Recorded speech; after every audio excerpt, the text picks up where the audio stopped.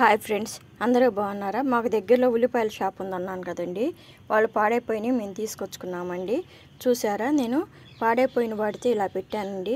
ఆ రోజు కొంచెం మొలకలు వచ్చినాక అప్డేట్ ఇస్తానని చెప్పాను. అయిగో చూడండి, ఇలా వచ్చినాయండి. ఈ ఉల్లిపరక వలన చాలా లాభాలు ఉన్నాయండి. మనం టమాటా ఉల్లిపరక వేసుకొని కూర చేసుకోవచ్చు. ఉత్త ఉల్లిపరక పెసరపప్పు వేసి కూడా కూర చేసుకోవచ్చు అండి. తోటకూర ఫ్రై లాగా ఉంటుందండి. చూసారా ఎంత బాగా వచ్చినాయో? మీరు కూడా ఇలా ట్రై చేసి చూడండి. ఈ ఉల్లిపరక వలన చాలా లాభాలు ఉన్నాయండి. మనకు ఉల్లి చేసే మేలు తల్లి కూడా చేయదంటారు కదండి, అలాగనమాట ఈ ఉల్లిపరక. అయితే మాత్రం చాలా టేస్ట్గా ఉందండి. ఈ ఉల్లిపరక ఫ్రైడ్ రైస్లో కూడా చాలా బాగుంటుందండి. ప్రతి కూరల్లో వాడుకోవచ్చండి. కరివేపాకులాగా ఈ ఉల్లిపరకని ఫ్రైలాగా చేసుకొని కూడా తినొచ్చండి. చూడండి ఎంత బాగా వచ్చిందో. నచ్చిందా? మీరు కూడా లైక్ చేయండి, సబ్స్క్రైబ్ చేయండి.